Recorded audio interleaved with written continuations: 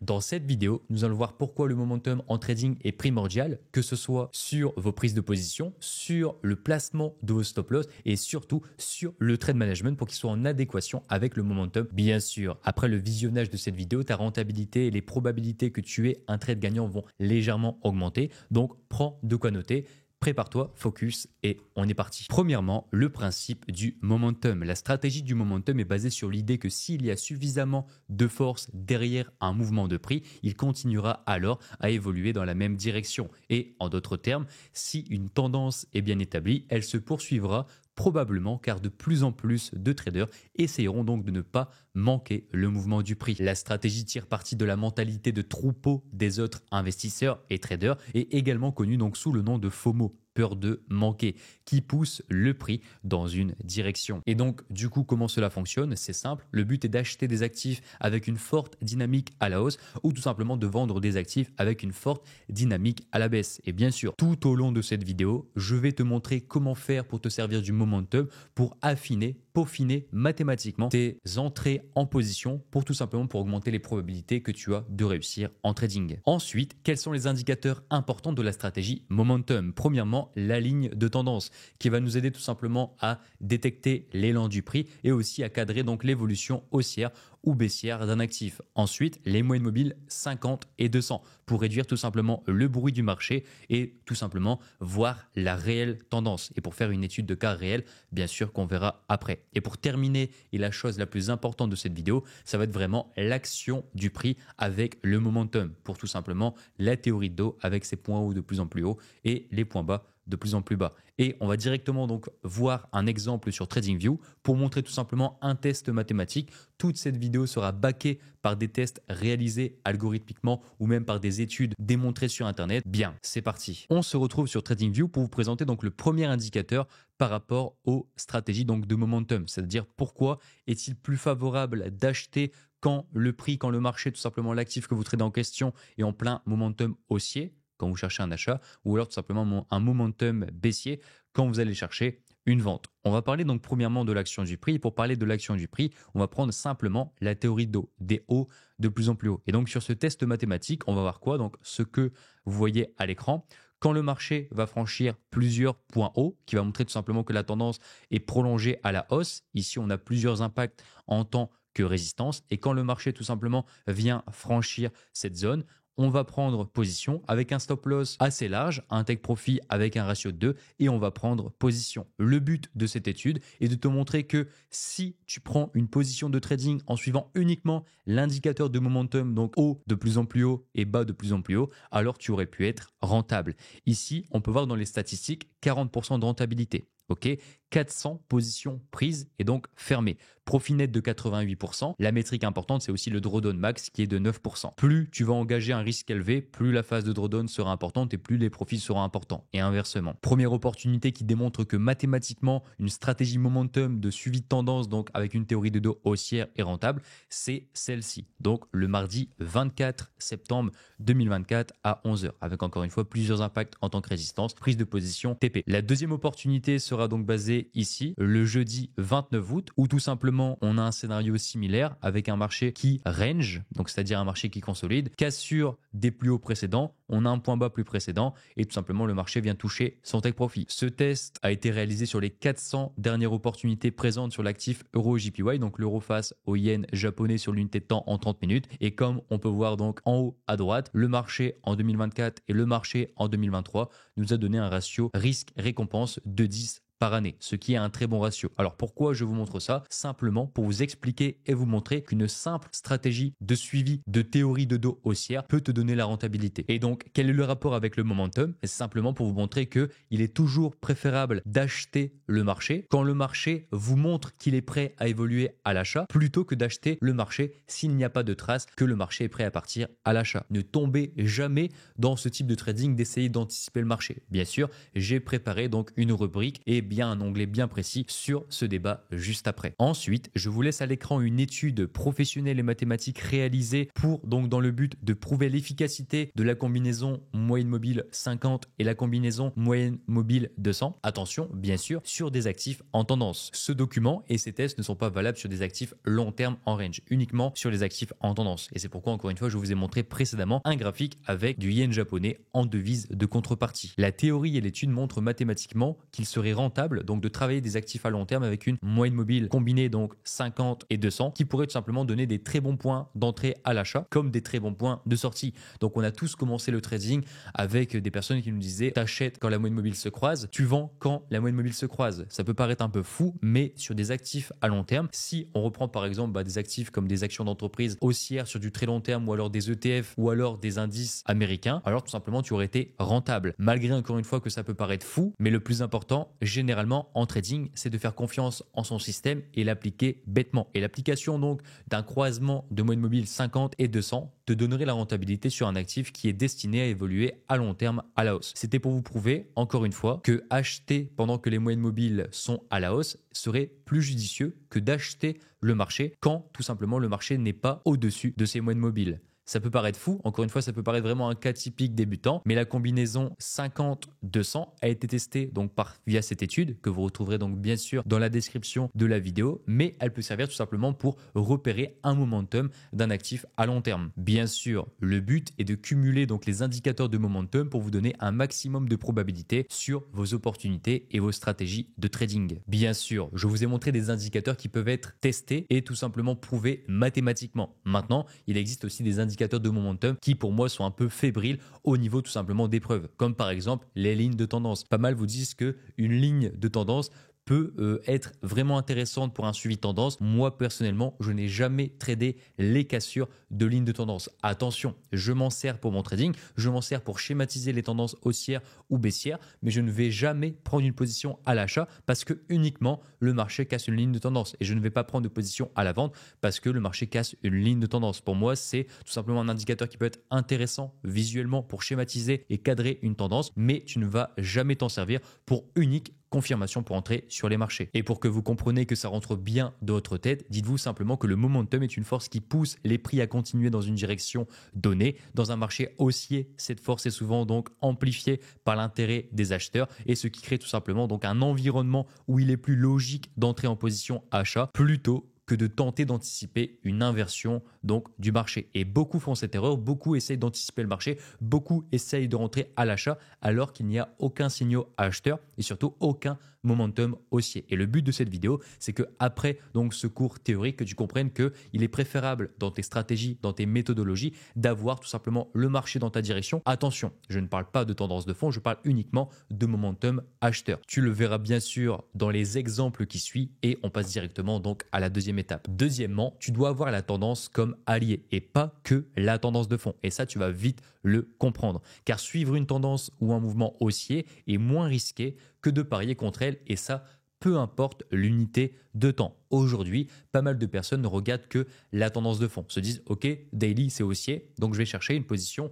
achat sur par exemple du 10 minutes. C'est ce que je vois régulièrement sur Internet. Malheureusement, vous oubliez quelque chose, c'est que si vous prenez par exemple, comme je laisse à l'écran une position à l'achat sur du 10 minutes et qu'il n'y a aucun momentum haussier, pour aller tout simplement surfer sur une tendance haussière daily, cela n'a aucun sens. Tu dois attendre un momentum sur ton unité de temps et peut-être même sur l'unité de temps plus basse pour tout simplement rentrer dans une vague acheteur et ne jamais essayer d'anticiper quoi que ce soit en trading sur les marchés financiers et même sur vos graphiques boursiers parce que généralement cela ne donne pas de très bons résultats. Bien sûr, dans cette vidéo, nous parlerons que d'actifs avec des tendances long terme à l'achat. Je ne parlerai pas de tendance de fond neutre et je ne parlerai pas de tendance de fond baissière, uniquement des actifs qui sont destinés à long terme d'évoluer à l'achat. Concentrez-vous car là, ça va vraiment devenir important.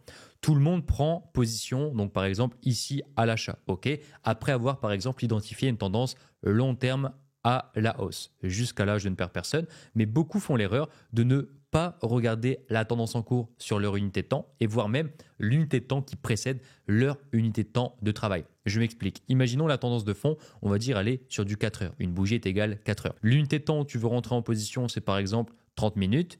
Et par exemple, beaucoup font l'erreur de se positionner sans avoir l'unité de temps plus basse, par exemple donc M15, une bougie est égale 15 minutes, haussière. Et c'est très important parce que ça fait encore partie des règles du momentum. Si l'unité de temps inférieure à celle que tu vas trader ou tu vas entrer en position n'est pas haussière pour aller chercher un achat, alors tout simplement tu ne respectes pas les règles du momentum. Et pour cet exemple et pour que ce soit plus clair, on va prendre donc l'exemple d'un support, là où les personnes vont par exemple travailler et placer des ordres automatiques dessus, et quand le marché va toucher le support, ça va déclencher des ordres d'achat qui vont se préparer, et si le marché monte, tu gagnes de l'argent, et si le marché traverse le support, tu perds de l'argent. Ok, vous comprenez le principe, mais vient là le problème du momentum, c'est que si tu prends position à un endroit parce que le marché a touché une zone et que le marché ne te montre pas de signe acheteur, alors tout simplement tu n'as pas la force acheteuse de ton côté d'une unité plus court terme. Ok, si tu trades en M30 et que tu as ce genre de graphique et que tu n'as aucune trace qu'en 15 minutes, tu as une tendance haussière et que tu as aucune trace de théorie de dos, de moyenne mobile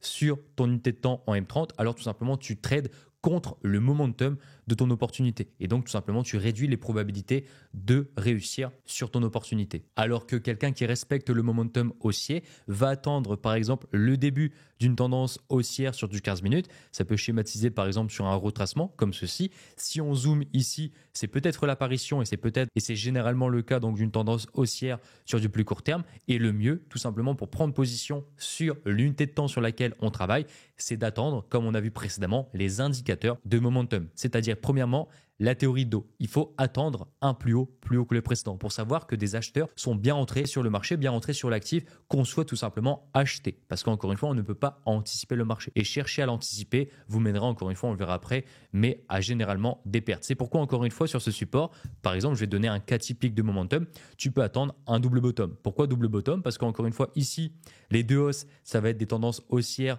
en 15 minutes. Et ici, à la cassure du double bottom, on aura tout simplement un haut plus haut que le précédent. Et donc, tout simplement, un haut plus haut que le précédent, théorie de dos haussière, et on rentre dans un momentum haussier. Et encore une fois, ce qui te donnera donc plus de probabilité de réussir sur tes opportunités. Je sais, pour un débutant, il est très souvent dur de, on va dire, cracher sur un peu plus de ratio risque-récompense parce que généralement, les personnes qui se positionnent, on va dire, à l'impact d'une zone psychologique veulent tout simplement aller chercher un ratio très intéressant. Par exemple, avec une prise d'entrée ici et un stop loss ici et avec un TP beaucoup plus haut, avec des ratios de 5, des ratios de 10, des ratios de 15. Ok, c'est ce qui se voit généralement sur Internet.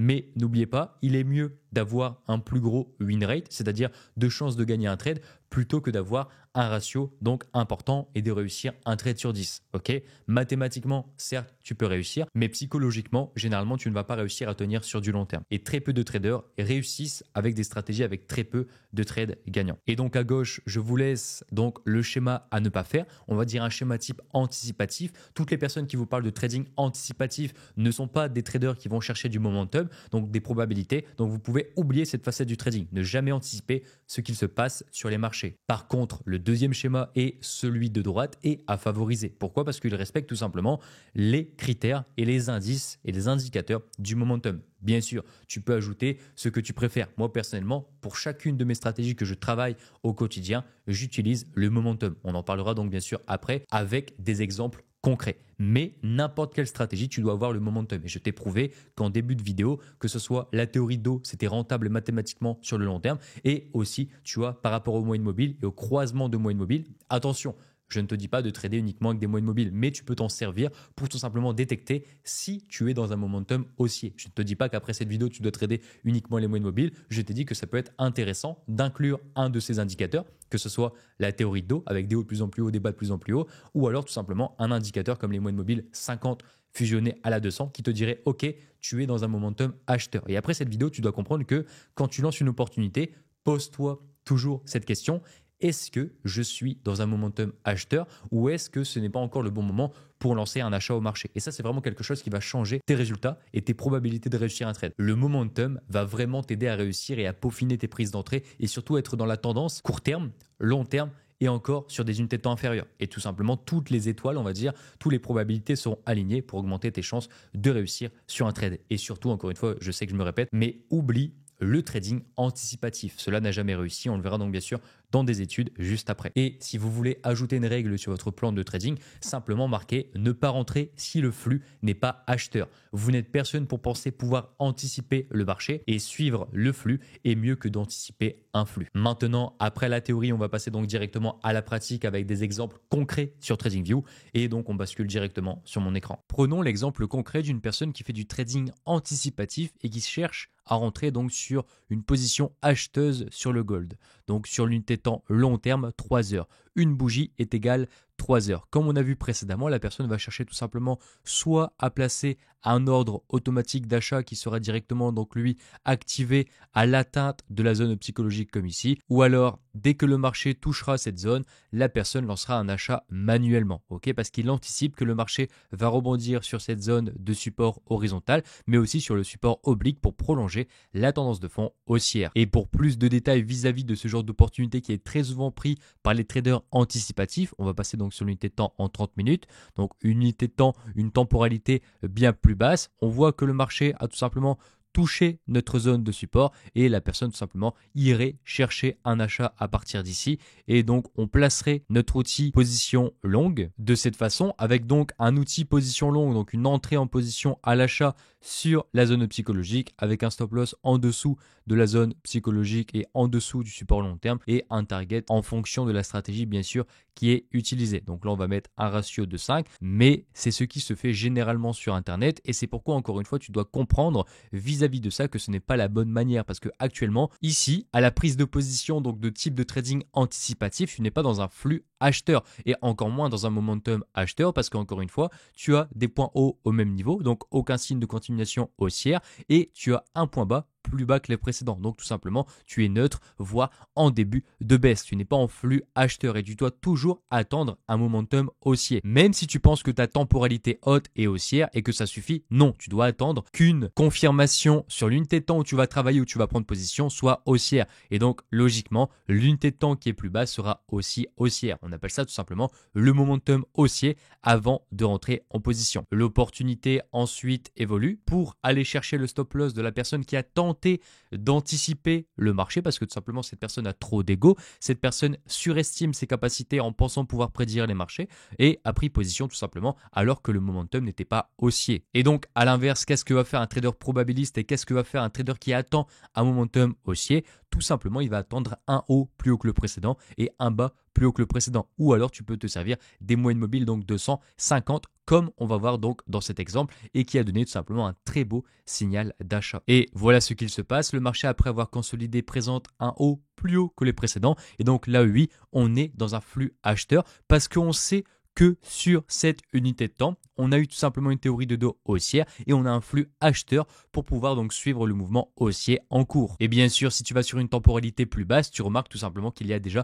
une tendance haussière depuis pas mal de temps. Tout ce qu'il se passe sur ton marché, par exemple en 30 minutes, est reflété donc sur du 5 minutes, mais en plus détaillé. Donc tu as la force des traders à court terme avec toi quand tu vas prendre position sur ton unité de temps en 30 minutes. Retiens bien ça, c'est vraiment important pour avoir tout simplement le momentum haussier et la direction du marché avec toi lorsque tu prends position. Alors bien sûr, tu n'aurais pas eu un ratio de 10, de 15, de 25 comme on peut voir sur du trading anticipatif. Par contre, tu aurais largement plus de probabilité en suivant le momentum haussier après la cassure tout simplement du haut plus haut que le précédent, donc théorie de dos haussière, ou alors si tu préfères l'indicateur de momentum, moyenne mobile 50, 200, le croisement a aussi été effectué, on peut le voir donc juste en dessous, et le marché tout simplement t'a laissé sortir avec un ratio de 3. Tu risques 1 pour gagner tout simplement 3 de ratio risque-récompense. Bien sûr, l'exemple à l'écran ne définit pas une stratégie, c'est uniquement pour schématiser sur des graphiques réels les explications qui ont tout simplement précédé. Et maintenant que tu as compris pourquoi il ne faut jamais anticiper le marché, parce que tout simplement tu n'as pas le flux acheteur et tu n'as pas le momentum acheteur avec toi, alors on peut passer à la suite. Ensuite, nous allons parler de quelque chose de très important que je n'ai pas mentionné au début de cette vidéo, mais ça va être le momentum par rapport à l'effet de foule. Et donc, dans le graphique qu'on va voir donc directement, je vais développer l'idée de la psychologie des foules et vous montrer tout simplement comment la confiance collective dans un marché haussier alimente les tendances. Et donc, bien sûr, je vais appuyer cette section avec des études en finance comportementale et bien sûr de A à Z sur comment une structure ou des structures sur les marchés se construit pour que tout simplement vous compreniez pourquoi le momentum est aussi important en trading. On se retrouve donc directement sur AUD et JPY, le dollar australien face au yen japonais en 1 heure. On se retrouve pour voir comment la confiance collective dans un marché haussier alimente les tendances. C'est simple. Alors, n'oubliez pas, on va toujours parler de trading probabiliste et aussi de trading avec un momentum haussier. C'est-à-dire comment une tendance s'inverse et comment tout simplement on a des changements de tendance sur les marchés. À partir d'ici, on voit bien qu'on a des hauts, donc de plus en plus bas, avec tout simplement une vague, un flux baissier. Ok, donc jusqu'à là, pour les débutants, vous comprenez, parce que le marché tout simplement est incliné vers le bas. Ce qui va nous intéresser, et vraiment la partie importante, c'est toute cette partie-là, le changement de tendance, comment l'expliquer, et surtout la psychologie comportementale derrière cet effet. Ok, ici, on peut voir donc tout simplement une continuation de tendance. On estime que les personnes, les vendeurs sont beaucoup plus puissants que les acheteurs. Ici, par contre, à partir du moment où on va avoir le premier haut plus haut que le précédent qui se trouve ici, on a déjà un signal acheteur. Mais ce n'est pas le seul. On a premièrement la cassure de la résistance. Donc la résistance qui est ici, on a une cassure de la résistance.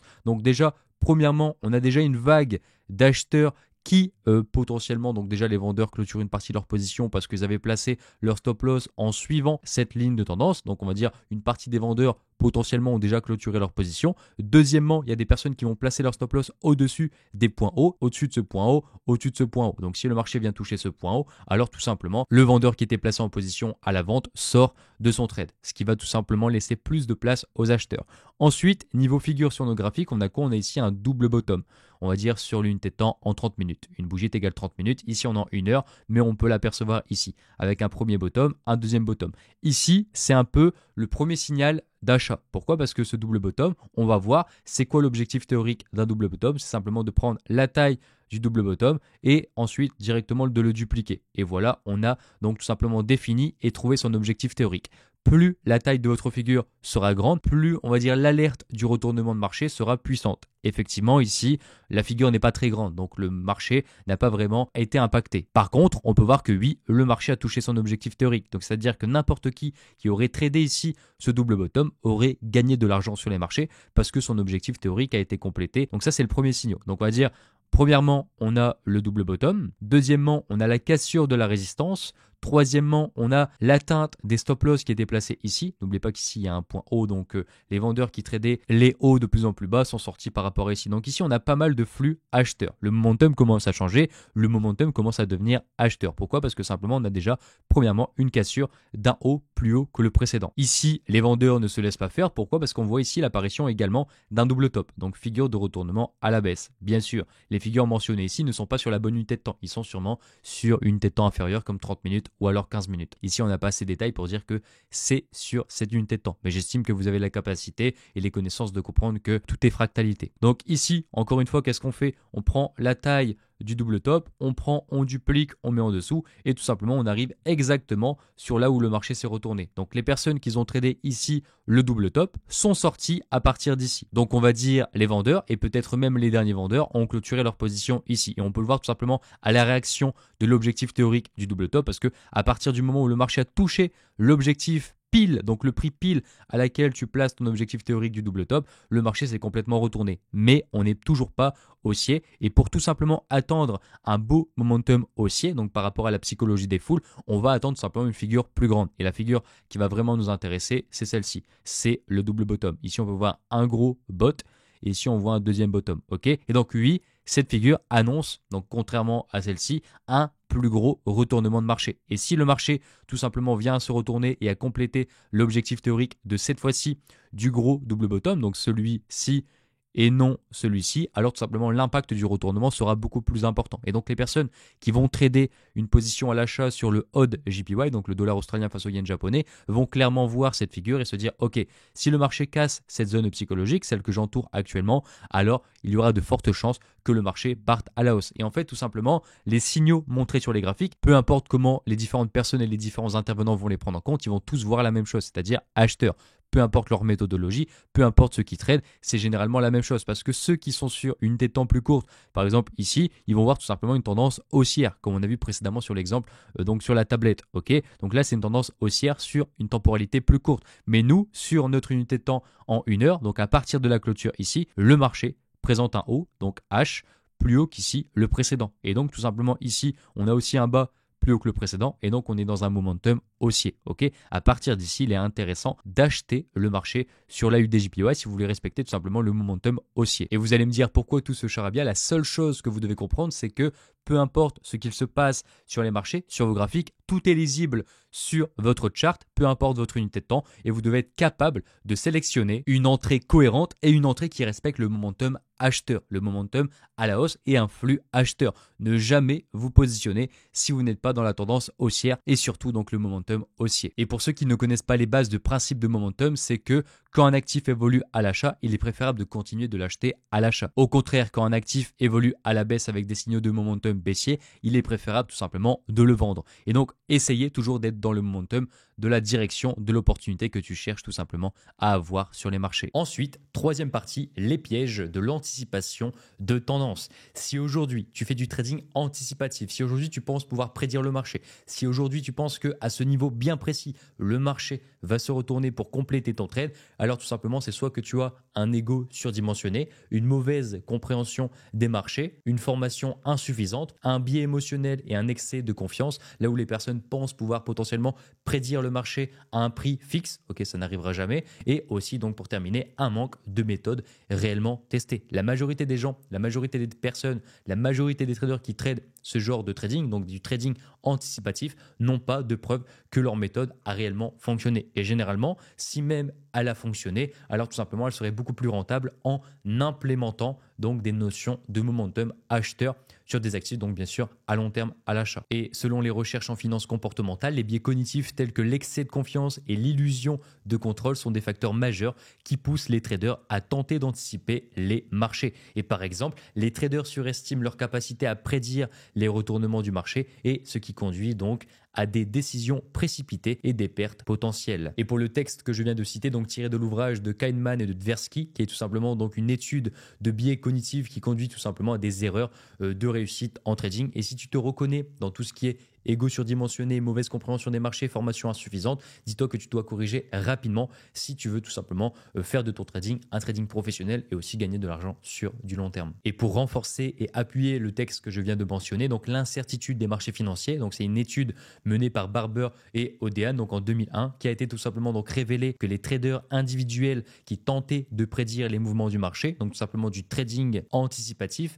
et notamment donc en faisant du timing marché, ont souvent donc tendance à avoir des rendements nettement inférieurs que des personnes tout simplement qui tradaient le momentum, donc haussier des actifs à long terme qui eux étaient haussiers. Et cela montre que l'anticipation est non seulement donc risquée, mais souvent inefficace, voire même moins rentable. Et avant de continuer cette vidéo donc éducative, rappelez-vous que vous devez faire attention à toutes les données, toutes les informations, à tous les sujets qu'on vous montre sur Internet. Aujourd'hui, si tu veux devenir quelqu'un de réfléchi, quelqu'un qui a la tête sur les épaules et quelqu'un qui agit rationnellement, tu dois toujours avoir des preuves avant d'utiliser quelconque méthode. Si tu n'as pas de preuve que la méthode ne fonctionne, tu ne vas pas l'utiliser. Si tu vas ajouter quelque chose à ta méthode, tu dois avoir un fondement scientifique, quelque chose de mathématique qui prouve que c'est positif pour ta stratégie. Ok, sans fondement, sans test, sans argument mathématiquement qui peut apporter réellement une vraie valeur à ta stratégie, tu ne dois jamais changer ton trading si bien sûr il est déjà rentable. Et aussi surtout ne pas vous attacher émotionnellement à un humain, que ce soit derrière une caméra, derrière une vidéo YouTube.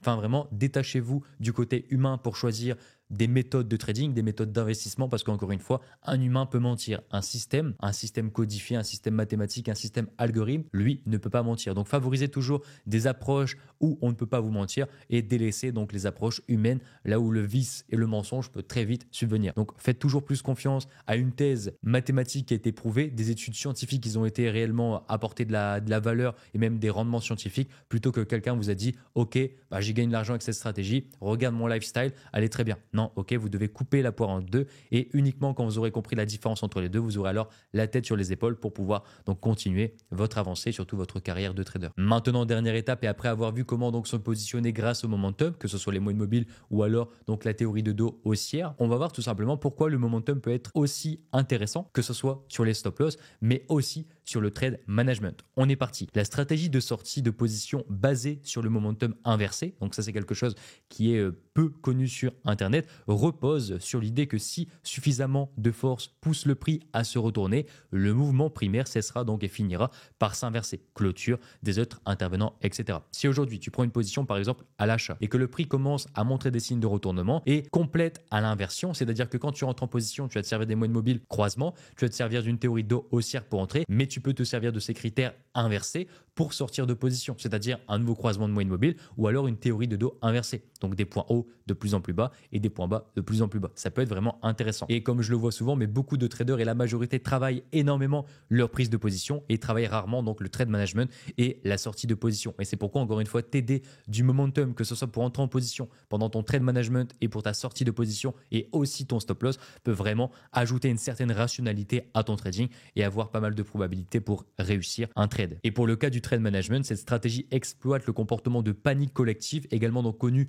sous le nom de peur de perte supplémentaire. Si aujourd'hui quelqu'un rentre sur une position, il va tout faire tout simplement pour sécuriser un maximum sa position. Tout le monde a peur de perdre du profit latent. C'est normal, c'est humain. Et tout simplement donc où les investisseurs, voyant les prix chuter, se précipitent pour vendre avant que leurs bénéfices latents ne deviennent tout simplement encore plus importants. Et donc, il y a des signes sur les marchés et grâce au momentum inversé, on peut se servir pour sortir tout simplement au meilleur moment. Et comme tu l'as compris pour la prise de position, mais cela entraîne une amplification du mouvement baissier et peut créer tout simplement un effet boule de neige. Et dans cette dynamique, les traders cherchent à anticiper le flux vendeur et sortent de leur position pour minimiser donc les dégâts avant que le marché ne s'effondre davantage. Et comme je disais précédemment, mais beaucoup négligent le placement du stop loss, beaucoup travaillent leur entrée de façon précise, mais très peu travaillent la façon dont ils vont placer leur stop loss. Et bien sûr, on va passer derrière les écrans pour que tu comprennes mieux. Tous les stop loss que je place personnellement sur mon trading sont placés par rapport à un momentum d'inversion. Et tu le verras donc bien sûr dans l'exemple juste après. On se retrouve donc derrière les graphiques pour vous parler du stop loss momentum, du trade management momentum et tout ce qu'il y a à voir par rapport à ça. Et tu vas voir, ça va vraiment t'éclairer dans ta vision de trader avec le momentum haussier en trading. On se retrouve de nouveau sur le dollar australien face au yen japonais en 1 heure et on va voir donc tout simplement comment choisir et comment placer un stop loss momentum. C'est très simple, on peut le voir donc sur l'opportunité AUD-JPY. J'avais l'opportunité de certes prendre position à partir d'ici, donc c'est-à-dire à partir de la cassure de la zone de prix, donc le mardi 17 septembre 2024 à 16 heures, ou alors par exemple sur la bougie plus haut, c'est-à-dire à 21 heures. Néanmoins, je ne l'ai pas fait. Pourquoi? Parce que si aujourd'hui je prends l'outil position longue, donc pour calculer mon ratio risque-récompense, et que par exemple je place mon stop loss en dessous du point bas, donc c'est-à-dire ici, et sur le point haut je le mets sur le take profit, alors tout simplement j'aurais eu un ratio de 1,98. Maintenant, certes, mon stop loss est bien placé parce qu'il est placé donc sous un plus bas et c'est-à-dire que si le marché vient le toucher, on aurait une inversion du momentum haussier. Néanmoins, ma stratégie demande au minimum 2,5. C'est pourquoi, dans ce cas, j'étais obligé et c'était obligatoire d'attendre un pullback. Le pullback a eu lieu, donc si le marché continue à l'hausse, tout simplement je n'aurais pas pris l'opportunité parce que ça validait pas l'opportunité. Mais par contre, le marché ici vient créer un pullback et c'est quoi un pullback? Simplement, c'est un haut.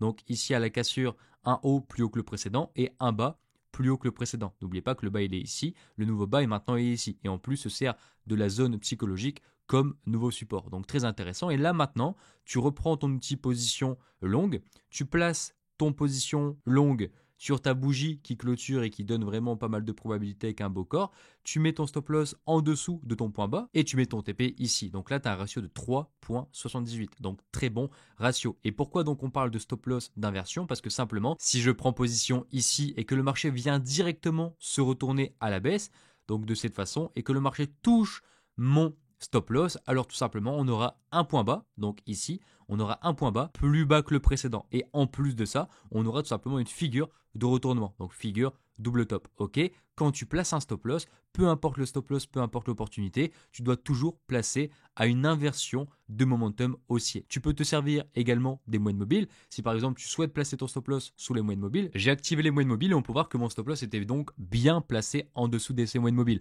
Bien sûr, tu n'es pas obligé donc d'utiliser tous les indicateurs de momentum. Moi personnellement, celui que j'utilise au quotidien et toujours sur mes opportunités, ça va être l'action du prix par rapport au point haut et par rapport au point bas. Mais si, encore une fois, tu préfères ajouter des probabilités comme on a vu l'étude chez les moyennes mobiles, donc 50 et 200, tu peux toujours placer tes stop loss en dessous de ces moyennes mobiles. Ça peut être intéressant. Changement d'opportunité, c'est clairement la même chose. Si aujourd'hui donc tu prends position avec ton position longue ici, tu n'as pas de point bas pour tout simplement avoir un très bon ratio. Par exemple, si tu le mets ici et une cible ici, tu as un ratio donc de 2,17 et non on cherche 2,5 au minimum. Par contre, si tu attends un pullback, donc pullback qui équivaut et qui est égal à un nouveau point bas, donc ici tu vois le marché revient sur la zone psychologique, le marché repasse un plus haut, bah là c'est intéressant pour prendre position. Ok, tu peux prendre position par exemple ici et tu vas placer donc ton stop loss en dessous de tes moyennes mobiles qui correspond au momentum haussier et en dessous du point bas. Et donc tout simplement ici,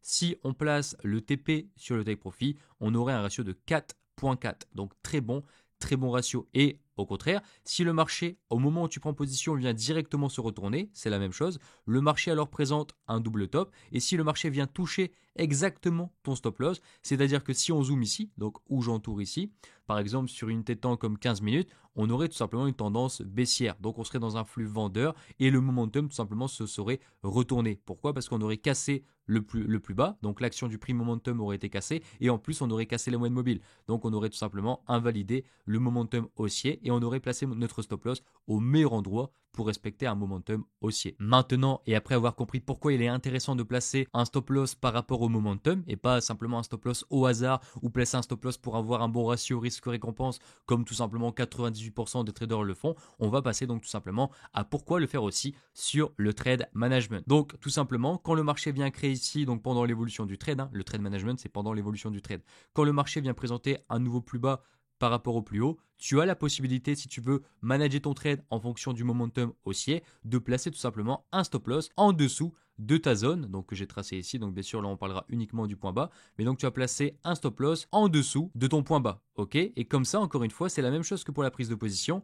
Si par exemple tu as déplacé ton stop loss et tu es arrivé par exemple ici, si le marché se retourne, on aura tout simplement un double top. Et donc sur une tête de temps ici plus court terme, on aurait une tendance baissière. Et donc tout simplement, le stop loss invalidera le scénario haussier parce qu'on aurait eu un point bas plus bas que le précédent. Et tu vas voir que tout au long du trade management, ça a été la même chose. Le marché vient toucher cette zone, donc on a la création d'un nouveau plus bas, carrément ça a été créé en tant que support. Et à partir du moment où le marché donc explose à la hausse, donc à partir d'ici, tu as la possibilité de déplacer ton stop loss donc en dessous. Tu prends ton stop loss qui était initialement ici déplacé et tu le mets donc tout simplement ici, ok, en dessous du point bas, avec encore une fois, bien sûr, assez de marge. Je vois pas mal de gens qui placent des stop loss collés à des points bas et c'est que vous n'avez pas compris les probabilités techniques ou même tout simplement le but de laisser de l'espace au marché pour laisser respirer le momentum. C'est un peu comme les moyennes mobiles, ok? Et pareil, après tu suis le marché. Quand le marché te propose des points bas, si tu n'as pas de points bas, tu peux te servir, par exemple, comme on a parlé tout à l'heure, pour quadriller une tendance, tu peux te servir d'une moyenne mobile. Tu traces par exemple une moyenne mobile, ok, très intéressant, et tu suis la moyenne mobile. Par exemple, ici, on peut pas se servir de la moyenne mobile parce qu'elle a été cassée. Ben, simplement, ici, tu peux tracer une zone. La zone, elle est très intéressante, on peut le voir. Voilà, on a un impact en tant que résistance, deux résistances, support, support, support, support, support. Ok, on voit que cette zone est véritablement puissante et que le marché s'en sert ici comme résistance et ici comme support. La moyenne mobile s'en sert ici comme support et donc on est face à un point bas. Donc tu peux mettre à nouveau ton stop loss, tu le prends, tu le déplaces et tu le mets ici. Ça, c'est ce qu'on appelle du trend management pour respecter le momentum. Parce que à chaque fois que si le marché tout simplement se retourne, donc que ce soit ici, si le marché se retourne, tu as l'apparition d'un double top et tout simplement tu auras un bas plus bas que le précédent. Si ici, le marché se retourne, c'est pareil, tu auras un bas plus bas que le précédent. Et ici, si le marché par exemple se retourne, et ben, tout simplement tu auras encore une fois la figure double top et un bas plus bas que le précédent. C'est comme ça que tu dois faire ton trade management si bien sûr tu intègres donc le momentum dans tes opportunités de trading. Si aujourd'hui tu utilises les stratégies que je propose de base sur YouTube, il n'y a pas de problème parce que toutes mes stratégies ont le momentum haussier. Mais si tu n'as pas de méthodologie ou de stratégie ou même de plan de trading qui te dit ok, je n'ai pas inclus le momentum, alors tout simplement réfléchis un peu. Donc bien sûr, si tu es rentable, tu gardes ta stratégie, tu oublies ce que je dis, mais si tu n'es pas rentable, ça peut être un point d'amélioration pour ton trading. Bien, j'espère que cette vidéo t'a plu, qu'elle a pu débloquer quelque chose donc dans ton cerveau pour comprendre que avoir un momentum, que ce soit à la prise de position, pendant ton trade management ou même au placement de ton stop loss, pouvait t'apporter une certaine rentabilité. Bien sûr, comme je t'ai dit, cette vidéo a été backée par des tests algorithmiques qui te prouvent qu'encore une fois, le momentum est rentable. Donc, pourquoi ne pas l'utiliser dans ton trading? C'est la question que tu dois te poser. Je vous remercie donc d'avoir regardé cette vidéo. N'hésitez pas à liker et à commenter donc votre avis sur le momentum d'un actif, sur pourquoi utiliser le momentum pour être intéressant pour votre trading et si aussi donc pourquoi tu ne vas pas l'utiliser. Si tu as des bons arguments, ça peut être intéressant, on peut en discuter dans l'espace commentaire. Profitez de vos proches. Bon trading à tous et n'hésitez pas à regarder cette vidéo plusieurs fois pour bien comprendre ce concept qui, je sais, pour les débutants peut être compliqué à comprendre. Allez, ciao.